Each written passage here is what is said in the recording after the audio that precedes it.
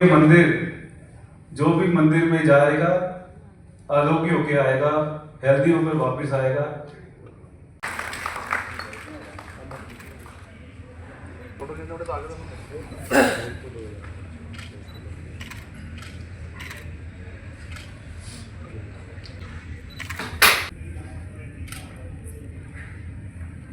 Sir sir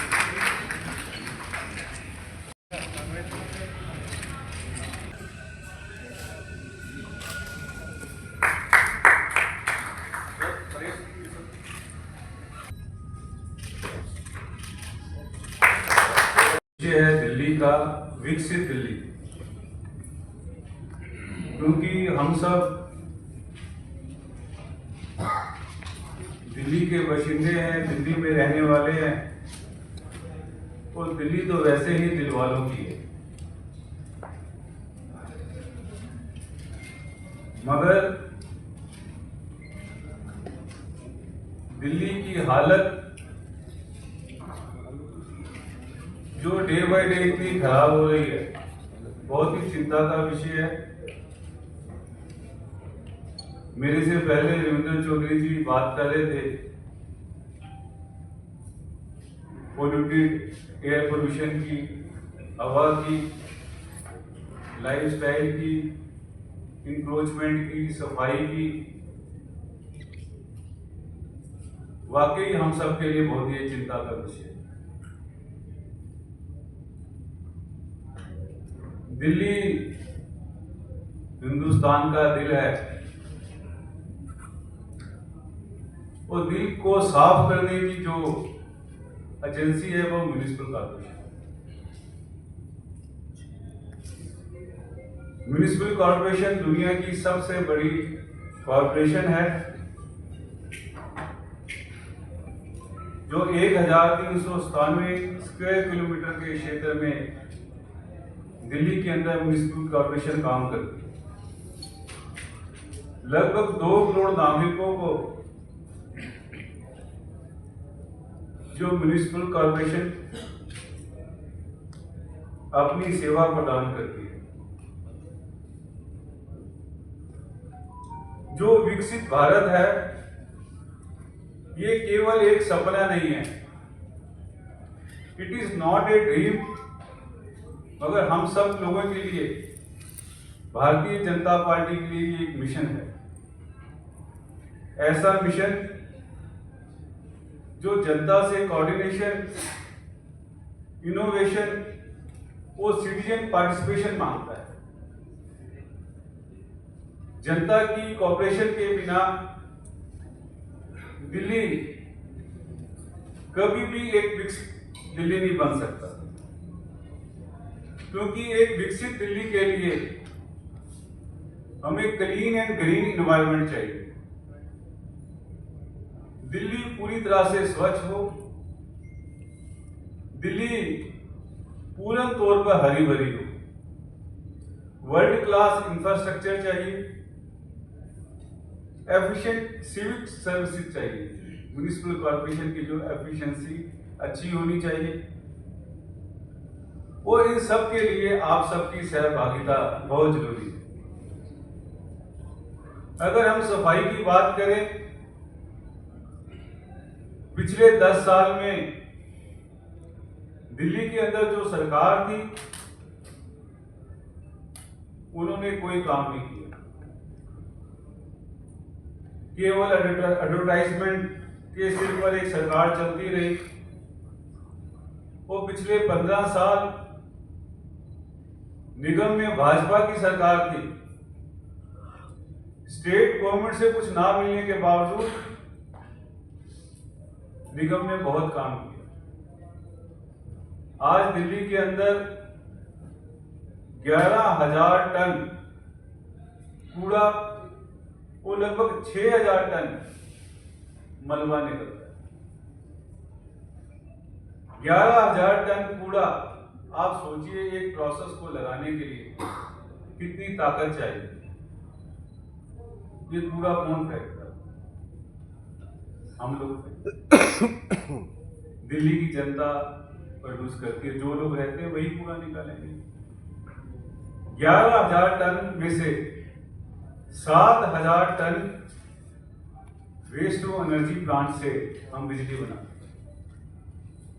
जो हमारे 4 plants लगे हुए हैं, ओखला के अंदर, नरेला बवाना के अंदर, तहखंड के अंदर और गाजीपुर के अंदर, 4,000 टन कूड़ा वो हमारा डंपिंग होता है। 3 हमारे लैंडफिल साइट्स हैं, जो हमारे घर का कूड़ा है उसको हम डंप करते हैं। और आप देखिए कि दिल्ली सरकार ने आज तक कूड़े के पहाड़ों के बारे में कोई चर्चा नहीं की, केवल बातें की, इसके अलावा उन्होंने कोई काम नहीं किया। 6,000 टन हमारा जो मलबा निकलता है उसमें हम 5,000 टन मलबा डेली की बात कर रहे हैं, उसको हम रिसाइकिल करके टाइल्स और दूसरी चीजों में इस्तेमाल करते हैं। 1,000 टन मलबे की जो है डंपिंग होता है। पूरा प्रोसेस करने के बावजूद भी 5,000 टन कूड़ा और मलबा दिल्ली के अंदर डंप होता है। और अभी बात चल रही थी कि जहां पर समस्याएं हैं वहां पर समाधान भी हमने बोलना है। म्युनिसिपल कॉर्पोरेशन का काम है समाधान निकालना। कूड़े के लिए हमने 2 प्लांट्स हमारे लगभग योजना बनी हुई है और उस पर काम हो रहा है, नरेला बवाना के अंदर और गाजीपुर के अंदर। दोनों प्लांट्स के अंदर 3-3 हजार टन जो कूड़ा है वो वेस्ट टू एनर्जी के रूप में बिजली का प्रोडक्शन करेंगे। जितना भी कूड़ा हमारे घर से निकलेगा वो डंप ना होकर उसी दिन उसका यूज किया जाएगा। दिल्ली नगर निगम ने लगभग 185 लाख टन कूड़े की बायो माइनिंग की है। जो कूड़े के पहाड़ हैं उसमें से 185 लाख कूड़ा उसको निष्पादन किया है। 15 मीटर जो हमारी कूड़े के पहाड़ों की हाइट है वो कम हुई है। आने वाले समय में दिल्ली सरकार, सेंट्रल गवर्नमेंट और निगम के अंदर ट्रिपल इंजन की सरकार है। हमारा अनुमान है जैसे हम काम कर रहे हैं 2 साल के अंदर आपको एक भी कूड़े का पहाड़ नजर नहीं आएगा। ताली तो बजा दो यार। जो बॉर्डर्स के ऊपर आपको कूड़े के पहाड़ नजर आ रहे हैं, जैसे स्पीड से काम चल रहा है, आपको दिल्ली के अंदर कहीं भी कूड़े का पहाड़ नजर नहीं आएगा। हम चाहते हैं कि वर्ल्ड क्लास हमारी सिटी बने, ब्यूटीफुल सिटी बने। हमारे भाई बहन फॉरेन कंट्री में घूमने के लिए जाते हैं, सिंगापुर, ऑस्ट्रेलिया, अमेरिका, यूएसए। बाहर जाते वक्त कोई भी आदमी अपना पॉलीपैक को, कोई कागज को ऐसे रोड में नहीं फेंकता, क्योंकि आपको मालूम है वहां अगर आपने रोड में गंदगी मचाई, हाथ के हाथ ही आपका पेनल्टी का क्लॉज लग जाएगा। आपको पेमेंट डॉलर में करनी पड़ेगी।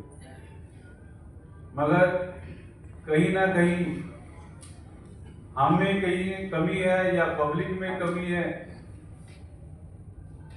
कहते ना भय भी प्रीत ना हुई, भय नहीं है पब्लिक में। तो मैं ये चाहता हूं कि जनता की पार्टिसिपेशन सफाई में जरूर हो। लगभग 312 मार्केट्स दिल्ली के अंदर ऐसी हैं जिसमें 2 बार सफाई होती है। लगभग 632 कॉलोनी जीरो वेस्ट कॉलोनी है। 738 ग्रुप हाउसिंग सोसाइटी ऐसी हैं जो जीरो वेस्ट है।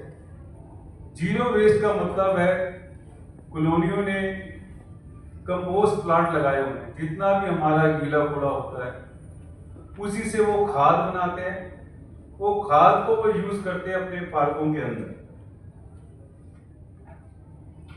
ऐसे ही जो दूसरा फैक्टर है पोल्यूशन का, वो है धूल मिट्टी का उड़ना, रोड्स पर उड़ना। आज दिल्ली के अंदर भारतीय जनता पार्टी की सरकार है। हमारी यशस्वी चीफ मिनिस्टर साहिबा ने आते ही एक बड़ा दिल दिखाया, म्यूनिसिपल कॉर्पोरेशन को कहा ऐसा है पीडब्ल्यूडी की रोड्स को एंड टू एंड क्लीन करना। पहले क्या होता था कि हमारी स्वीपिंग मशीन्स आती थी, वो बीच में ही साफ करके चली जाती थी, वो साइड में कूड़ा रह जाता था। मैडम ने कहा नहीं, एक एंड से लेकर आखिर तक बीच का नहीं, रोड को भी साफ करना है।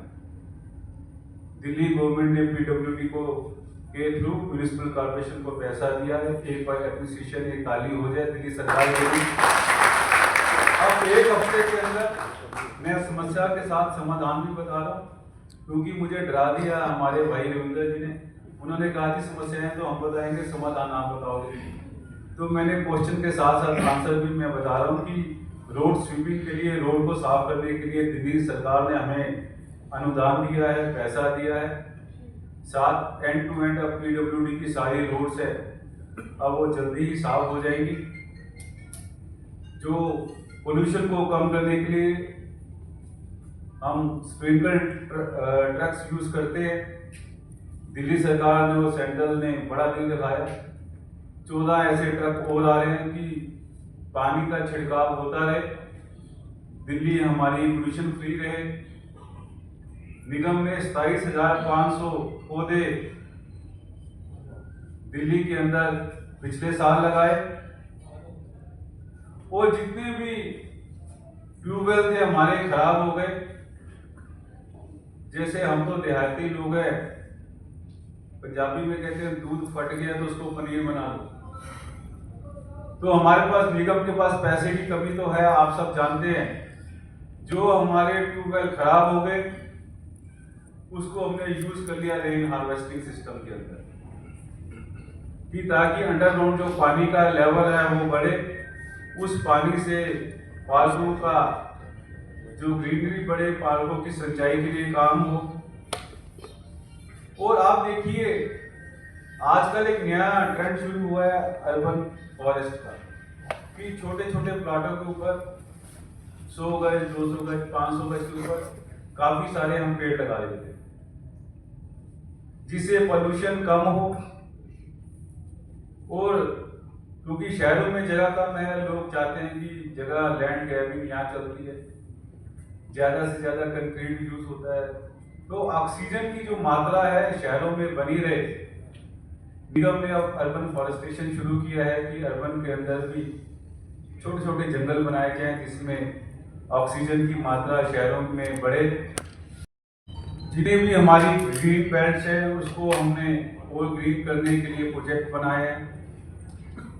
सभी कामों में पैसा चाहिए, पैसे की बात तो मैं बाद में आऊँगा, क्या क्या चुनौती है, निगम क्या कर रही है वो मैं आपको बताना चाहता हूँ। और विकसित सिटी के लिए सबसे इम्पोर्टेंट काम है वो है एजुकेशन। इंफ्रास्ट्रक्चर भी हो जाता है, सफाई भी हो जाती है, मगर बच्चों की जो पढ़ाई है वो बड़ी इम्पोर्टेंट है। निगम के अंदर आज की डेट में 1531 स्कूल हैं, तो लगभग 7 लाख बच्चे हैं जो निगम के स्कूलों में पढ़ते हैं। हम बच्चों के साथ रेगुलर पीटीएम की मीटिंग रखते हैं। मिड डे मील बच्चों की हर तरह की फैसिलिटी है, मगर वो स्टैंडर्ड नहीं है, क्योंकि पिछली सरकारों ने ध्यान नहीं दिया। अब बच्चों की एजुकेशन लेवल को अपग्रेड करने के लिए स्मार्ट क्लासेस शुरू की है, और ऐसे बढ़िया जो लर्निंग टूल्स हम लेके आ रहे हैं कि जो पब्लिक स्कूलों में भी नहीं है। थोड़ा ताली वाली मार दो। ताली मारने का मतलब है एक बीमार आदमी को इंजेक्शन देना कि भाई तू बोलता रहे। जब आप ताली नहीं मारते तो ऐसा लगता है कि मैं ही बोल रहा हूँ, कोई सुन ही नहीं रहा। हेल्थ सेक्टर अपने आप में बहुत इंपॉर्टेंट है, क्योंकि निगम का 3 ही काम है, सफाई, पढ़ाई और दवाई। निगम के अंदर 13 हॉस्पिटल्स हैं। मैं इसलिए आपको इन्फॉर्मेशन दे रहा हूँ, कई बार लगता है क्योंकि भीड़ इतनी ज़्यादा हो गई है दिल्ली की, हमें कंप्लेंट करने में 2 मिनट भी लगते हैं कि निगम में काम नहीं हो रहा। क्योंकि जब ये मैं डाटा खुद पढ़ रहा था मुझे लग रहा था निगम तो बहुत काम कर रही है। 13 हॉस्पिटल निगम रन कर रहा है, 102 maternity centre, 49 dispensaries, 10 chest clinic, 3 physiotherapy centre और 31 मोबाइल डिस्पेंसरी जो निगम काम कर रहा है। अब लग रहा है निगम काम कर रहा है। 58,42,000 ओपीडी पेशेंट्स निगम के। जब मैंने इसको लिखा अपनी कलम से तो मुझे लगा, मैंने कहा यार इसको रीचेक करेंगे, क्योंकि पता था पत्रकार बंधु आएंगे, बहुत क्वेश्चन पूछेंगे। मैंने पूछा हेड ऑफ डिपार्टमेंट से, भाई साहब अपनी ओपीडी में कितने लोग आते हैं, तो उन्होंने बताया 58 लाख। तो दिल को शांति हुई, निगम बहुत काम करता है। लगभग 3,70,000 लोग जो हमारे पेशेंट हैं ओपीडी में, तो लोग सलाह लेने आते हैं और लगभग 3.5 लाख पौने 4 लाख लोगों का ट्रीटमेंट करते हैं। 13,000 मेजर सर्जरीज, जबकि हमारे पास निगम के पास प्राइमरी हेल्थ का काम है। जो सेकेंडरी बड़े बड़े हॉस्पिटल्स हैं वो दिल्ली सरकार के पास है, और लगभग 30,000 माइनर सर्जरीज म्युनिसिपल कॉर्पोरेशन में। और इन सेवाओं को बेहतर बनाना ये हमारा ध्येय है, ये हमारा टारगेट है। क्योंकि म्युनिसिपल कॉर्पोरेशन के पास लगभग मेरे जैसे बहुत ज़्यादा फंडेड जो लोअर मिडिल क्लास के लोग आते हैं, तो हमारी कोशिश यही होती है कि जितनी अपनी जनता है उनको अच्छी सेवाएं दी जाए। और निगम के पास एक और मेजर काम है जो देखने में बहुत छोटा लगता है, वो है जो जल से बीमारी पैदा होती है मच्छरों के थ्रू। मच्छरों के थ्रू हमारा डेंगू हो गया, चिकनगुनिया हो गया। जो केवल काम दवाइयों का छिड़काना और मलेरिया की पानी की जांच करना, ये म्युनिसिपल कॉर्पोरेशन का काम है। आप ये देखिए, जितना बोलना आसान है, अगर रात को मच्छर यहाँ आ जाए तो अपना म्यूजिक बजाए तो आप सो नहीं सकते। तो इस म्यूजिक कानों में ना बजे, वो मलेरिया डेंगू जैसी बीमारी ना हो, ये भी कॉर्पोरेशन का काम है। इंडस्ट्री दिल्ली में फैले, जितनी भी लाइसेंस है, हमारा रेवेन्यू का एक और पार्ट है, वो है लाइसेंसिंग का।